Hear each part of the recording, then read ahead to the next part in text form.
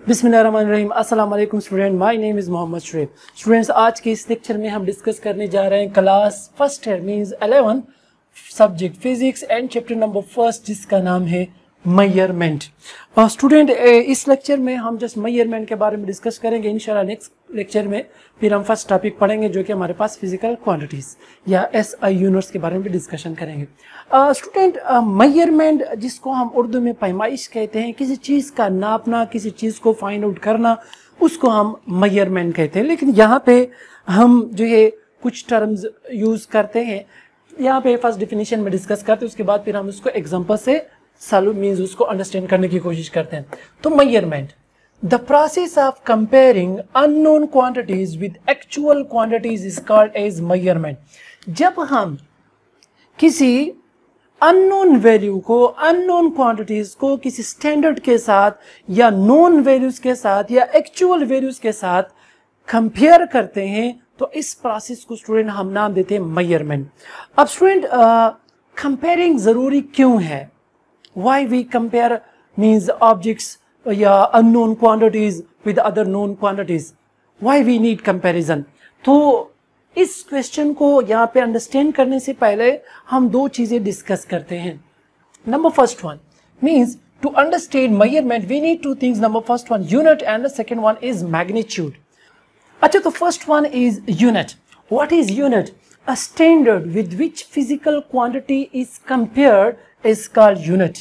वो standard जिसके साथ हम physical quantities को compare करते हैं। अगेन यहाँ पे टर्म यूज हुआ है compare, ठीक है। मीन्स जब हम किसी स्टैंडर्ड के साथ फिजिकल क्वांटिटीज को हम कंपेयर करते हैं तो उस स्टैंडर्ड को हम नाम देते हैं यूनिट, ठीक है। फॉर एग्जांपल, जैसे कि हमारे पास है मीटर। जब हम लेंथ को मेजर कर रहे होते हैं तो वहां पे हम फिर क्या करते हैं? कंपैरिजन करते हैं। किसके साथ? मीटर के साथ। हम कहते हैं ना कि फॉर एग्जांपल हम किसी दुकानदार के पास चले जाते हैं, कपड़ा लेते हैं, तो हम कहते हैं हमें 4 मीटर कपड़ा दे दें, 4 मीटर। तो फिर जब वो उल्टा है कपड़े निकालते हैं तो उसके पास जो है वो लोहे के, आयरन की जो है एक लेंथ जो है वो यूनिट होती है जिसको हम मीटर कहते हैं। तो उसके साथ क्या करता है? मेजरमेंट कर रहा होता है, उसके साथ कंपेयर कर रहे होते कि 1 metre, 2 metre, 3 metre and 4 metre आपका सूट जो है कंप्लीट हो गया। तो जब हम लेंथ को मेजर करते हैं तो उसके लिए जो हम स्टैंडर्ड यूज करते हैं उसको हम क्या नाम देते हैं स्टूडेंट? मीटर। सिमिलरली किलोग्राम, जब हम किसी शॉपकीपर के पास जाते हैं, हम कहते हैं कि हमें शुगर दे दो, तो फर्स्ट क्वेश्चन उसका क्या होगा? How much? तो आप बताएंगे 3 kg, 5 kg, 2 kg। तो फिर वो क्या करता है? वो उसको मेजर करता है। मीन्स जो उसके पास बैलेंस होती है उसमें क्या कर लेते हैं वो पर जो है वो वजन रखता है, वेट रखता है, मास रखता है 2 kg का या 3 kg का। तो आप फिर जो उसके साथ फिर वो शुगर को कंपेयर करते हैं, ठीक है। तो फिर इस तरह हमारे पास यूनिट जो है वो क्या है? kg होगी, मास हो गया। सिमिलरली टाइम के लिए हम लिखते हैं कितना टाइम है, तो हम कहते हैं इतने सेकंड हो गए, इतने मिनट हो गए, तो टाइम की यूनिट हो गई सेकंड, ठीक। तो ये हमारे पास क्या स्टैंडर्ड्स है जिसके साथ हम फिजिकल क्वांटिटीज को क्या करते हैं? वो कंपेयर कर रहे होते हैं। अब देखो, लेंथ हमारे पास फिजिकल क्वांटिटी है, मास जो है फिजिकल क्वांटिटी है, टाइम जो है physical quantity and so on. बहुत सारे हमारे पास फिजिकल क्वांटिटीज हैं जिसको फिर हम कंपेयर करते हैं स्टैंडर्ड के साथ, उसको फिर हम नाम देते हैं यूनिट। इंशाल्लाह फिजिकल क्वांटिटीज के बारे में नेक्स्ट लेक्चर्स में डिस्कस करेंगे। नेक्स्ट यहाँ पे हम सेकंड जो मोस्ट इंपॉर्टेंट की हमें जरूरत होती है वो है हमारे पास मैग्नीट्यूड। अब मैग्नीट्यूड क्या है स्टूडेंट? यहाँ पे हम दो डिफिनीशन करते हैं मैग्नीट्यूड की कि the numerical value of a quantity is called magnitude. जो हमारे पास क्वांटिटी होती है उसकी जो न्यूमेरिकल वैल्यू होती है, जैसे कि फॉर एग्जांपल हम कहते हैं ना मास कितना हो गया, या हम कहते हैं कपड़े कितने हो गए, तो हम कहते हैं 4 मीटर। तो ये 4 मीटर क्या है हमारे पास? This is magnitude. ये उस क्वांटिटी की क्या है? न्यूमेरिकल वैल्यू है। कपड़ा क्या है हमारे पास? लेंथ क्या है हमारे पास? एक फिजिकल क्वांटिटी है। तो उसकी ये जो वैल्यू है, न्यूमेरिकल वैल्यू, हम कहते हैं 4 metre. So this 4 metre is magnitude. या दूसरे वर्ड्स में हम ये कहते हैं a number with proper unit is called magnitude. For example, कोई एक नंबर है, मैं कहता हूं 3 kg, तो अगर मैं सिर्फ 3 लिख दूं तो दिस इज नॉट मैग्नीट्यूड। लेकिन जब इसके साथ मैं कोई यूनिट यूज कर लेता हूं तो फिर उसको हम क्या नाम देते हैं? मैग्नीट्यूड। फॉर एग्जांपल 5 मीटर, तो 5 मीटर हमारे पास मैग्नीट्यूड है। क्यों? क्योंकि उसके साथ एक यूनिट यूज हुई है, मीटर।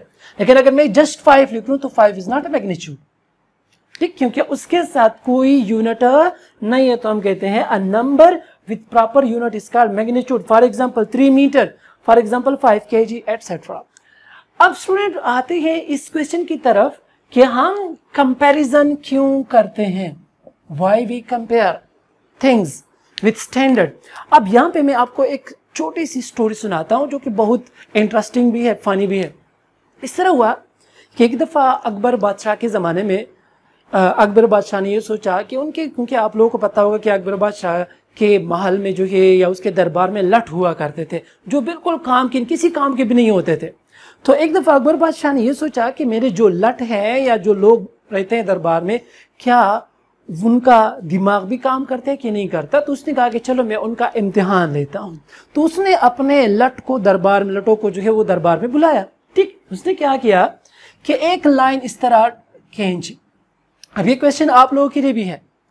ये लाइन खींची और बादशाह ने अपने लटों से ये क्वेश्चन किया कि बताएं ये लाइन लंबी है कि छोटी है। अब आप लोग भी इस क्वेश्चन का मुझे डायरेक्ट जवाब दें बिफोर कि आप इस वीडियो को आगे ले जाएं, क्योंकि इसमें मैं आपको जवाब बताने वाला हूं। लेकिन आप डायरेक्ट बताएं, आप खुद सोचें कि ये लाइन जो है लंबी है या छोटी है। इसका जवाब आपने बताना है मुझे direct before ending the video. अब जब अकबर बादशाह ने इस तरह एक लाइन ड्रा की तो उसने पहले एक लठ को बुलाया और पूछा कि बताओ लठ साहिब, ये लाइन जो है ये लंबी है या छोटी है। तो जो लठ था वो तो दिमाग से खाली था, उसने डायरेक्ट बताया कि ये लंबी लाइन है। अकबर बादशाह ने उसको डायरेक्ट दरबार से निकाल दिया। अब फिर दूसरे को बुलाया और उससे पूछा कि आप बताएं ये लाइन जो है छोटी है या बड़ी है, लंबी है। तो उसने सोचा कि जब पहले वाले ने बताया कि ये लंबी है तो उसको दरबार से निकाल दिया, तो उसने डायरेक्ट बोल दिया कि ये छोटी है। अकबर बादशाह ने उसको भी दरबार से निकाल दिया। अब तीसरे को बुलाया और यही क्वेश्चन दोहराया कि आप बताएं ये लाइन लंबी है या छोटी है। तो उसने सोचा कि पहले वाले ने जब कहा कि ये लंबी है तब भी भगा दिया, दूसरे ने जब कहा कि ये छोटी है उसको भी भगा दिया। अब वो थोड़ा अक्ल वाला था तो उसने कहा बादशाह सलामत, अगर आप बुरा न मनाए तो इसके साथ मेरे लिए एक दूसरी लाइन ड्रा करें, तब मैं बता सकूंगा कि ये लाइन छोटी या बड़ी है। मींस एक लाइन ड्रा कर दूसरी। अब जब उसने वो दूसरी लाइन उससे ड्रा करवाई तो ये दूसरी लाइन क्या हो गई, एक स्टैंडर्ड हो गई। ये एक स्टैंडर्ड है। अब उसने कहा कि अगर ये जिसके साथ मैं कंपेयर कर रहा हूं स्टैंडर्ड, अगर ये इससे छोटी है तो फिर ये वाली लाइन क्या हो गई, लंबी है। और अगर जो स्टैंडर्ड जिसके साथ मैं कंपैरिजन कर रहा हूं वो लाइन लंबी है तो फिर ये वाली लाइन क्या है, छोटी है। मतलब कंपैरिजन बहुत जरूरी है। उसको उस बंदे को फिर को छोड़ दिया दरबार में कि आप दरबार में रह सकते हैं। ठीक है, क्यों? क्योंकि उसने सही जवाब दिया कि पहले आप मेरे लिए एक दूसरी लाइन ड्रा करें फिर मैं आपको बता सकता हूं कि ये लाइन छोटी है या बड़ी। तो इसलिए स्टूडेंट आप भी माइंड में रखिए कि जब भी हमने कंपैरिजन करनी होती है या किसी चीज को मेजर करना होता है तो हमें कंपैरिजन मस्ट करनी होती है। मींस मेजरमेंट के लिए कंपैरिजन इंतहाई जरूरी। आप कहीं पे भी किसी भी फील्ड में जब भी आप किसी चीज को मेजर करोगे तो वहां पे आपने कंपैरिजन मस्ट करनी होती है। फॉर एग्जांपल अगर हम क्लास में कहते हैं कि ये बच्चा बहुत काबिल है, क्यों? हमें कैसे पता चला कि ये बच्चा काबिल है? क्योंकि हम उसको कंपेयर करते किसी नालायक के साथ। हमें नालायक की प्रॉपर्टीज का पता होता है कि वो इस प्रॉपर्टी का है और उनकी प्रॉपर्टी जरा अच्छे हैं तो हम कहते हैं ये बंदा काबिल है। सिमिलरली हम कहते हैं कि फलाना बंदा अच्छा है, उसके अखलाक बहुत अच्छे हैं। तो हमें कैसे पता चला कि उसके अखलाक अच्छे? क्योंकि हमें एक बुरे इंसान के अखलाक का पता होता है। तो हम जब उसके साथ कंपेयर करते हैं तब हमें पता चल जाता है कि ये बंदा अच्छा है। तो हमेशा याद रखो जब भी हमने मेजरमेंट करनी होती है स्टूडेंट तो हमें कंपैरिजन जरूर करनी होती है। Means comparison is most important for measurement. इसलिए मैंने आपको बताया कि जब हम मेजरमेंट करते हैं तो उसमें हम कंपैरिजन जरूर करते हैं और यही इसका आंसर है, क्योंकि बगैर कंपैरिजन हम मेजरमेंट नहीं कर सकते। फॉर एग्जांपल आप यहाँ पे देखें, अगर हम जो है दुकानदार के पास जाते हैं कुछ मांगते हैं तो वो भी कंपैरिजन करता है, ख्वाह कपड़े मांगते हैं तब भी कंपैरिजन होती है, ख्वाह जो हम कोई solid means for example sugar मांगते हैं, घी मांगते हैं, कुछ भी हम उससे खरीदने की कोशिश करते तो वो मस्ट कंपैरिजन करता है। मतलब कि कंपैरिजन बहुत जरूरी है मेजरमेंट के लिए। तो आप भी ध्यान में रखो कि जब भी हम किसी चीज को मेजर करेंगे तो उसके लिए हमने मस्ट कंपैरिजन करनी होगी। होपफुली स्टूडेंट आपको जो इस लेक्चर की समझ आ चुकी होगी। इंशाल्लाह नेक्स्ट लेक्चर में हम फिजिकल क्वांटिटीज के बारे में डिस्कस करेंगे। फिर भी अगर आपके माइंड में किसी भी किस्म का कोई क्वेश्चन हो तो आप कमेंट में जरूर पूछिएगा।